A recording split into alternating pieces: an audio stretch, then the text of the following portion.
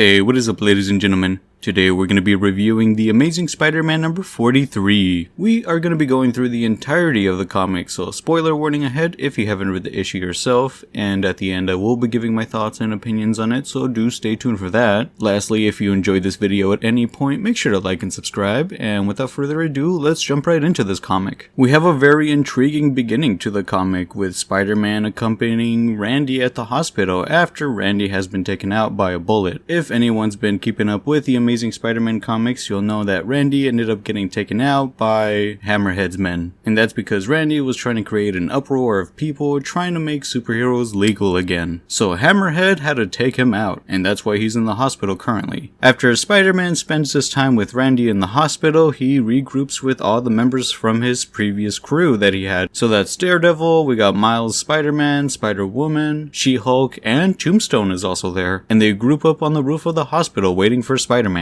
At this point in the story, Madame Masque and the Beetle and Spider-Man's gang are really the only ones that have territory left in New York. There is a character that's unknown to me called the Heat that also has a small portion of New York, but since it's not included or talked about in this Amazing Spider-Man comic run, I don't really bother reading about it. So here we are, the main groups gathered up at Central Park. So that's Madame Masque's group, the Beetle's group, and then later on, Spider-Man's group ends up showing up. The battle itself at Central Park begins with Madame Masque and the Beetle's group. Everyone seems to be targeting Madame Masque because of course she's one of the big members, and she was the one that caused most of this chaos. Mid-fighting though, Spider-Man's group decides to show up, and they also join the fight. During this rumble is when Tombstone finds out that Shotgun, the character that ends up taking him out during his daughter's wedding back in issue 31, is actually being manipulated by Madame Masque using the sigil that's created onto his arm. Now this point is also where we get revealed that the character Shotgun is also a government agent that was actually secretly working to try to take out the gang members from New York. Now the secret government agent's name is actually Jensen Walker, and he explains that his actual task was to take out his daughter because his daughter is actually becoming more of a monster than Tombstone. The government legitimately doesn't consider Tombstone to be much of a threat. The Beetle during all this is actually hanging out on the sidelines watching her men actually do the fighting. This is when we get told by White Rabbit that her men are actually going to be taken out if they don't do something about it. But it seems the Beetle understands the circumstances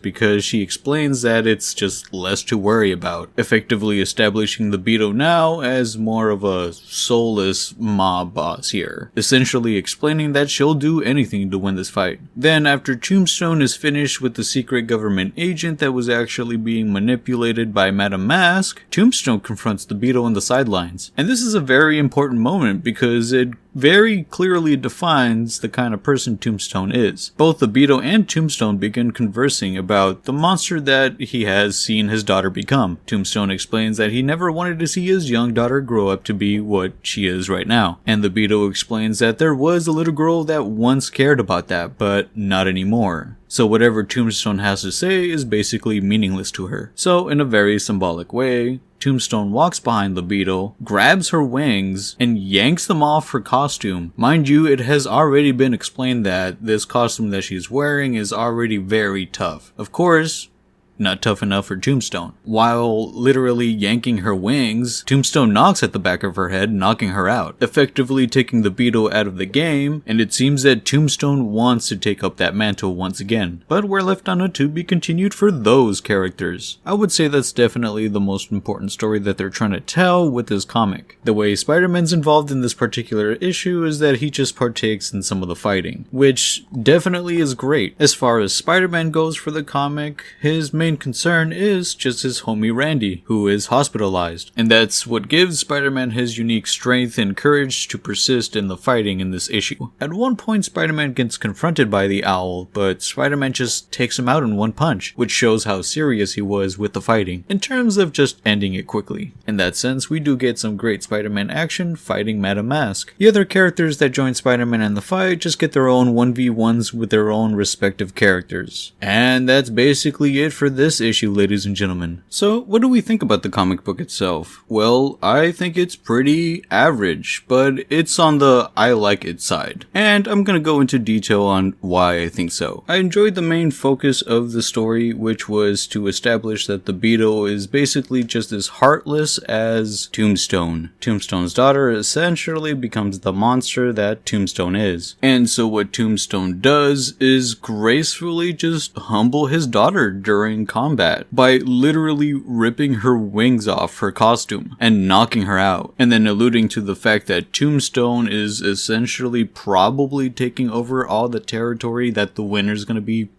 winning in this case. I would question, why did Tombstone end up giving his empire to his daughter, which happened some issues prior, which is why she's wearing this new costume. But back then, I did see it as this father just handing the family business down to his daughter. Although I would say it was kind of stupid doing so, but he didn't see it coming, I guess, her turning into the monster that he is. But overall, I enjoyed that story with Tombstone and his daughter. I did like the fact that Shotgun, the character that was revealed to be a government agent named Jensen Walker, was actually just a government agent sent to take out these gang members that were becoming problems, and essentially failed because he ended up being controlled by Madame Masque. I enjoyed that backstory for him, although it does bring up the question, why is the government involved, especially taking out actual civilians? Sure, they're problematic people, but why are you taking them out? It sounds like there's a whole mystery behind this character Jensen Walker and the government system he works with. I like his story, but it would have been nice to get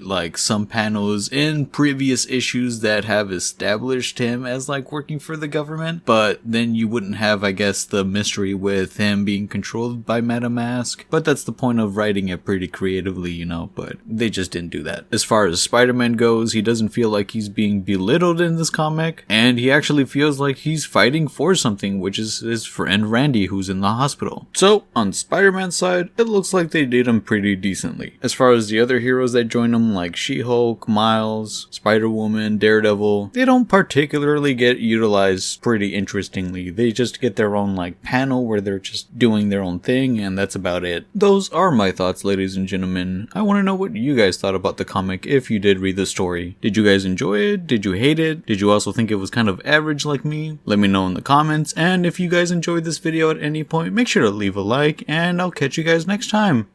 Peace.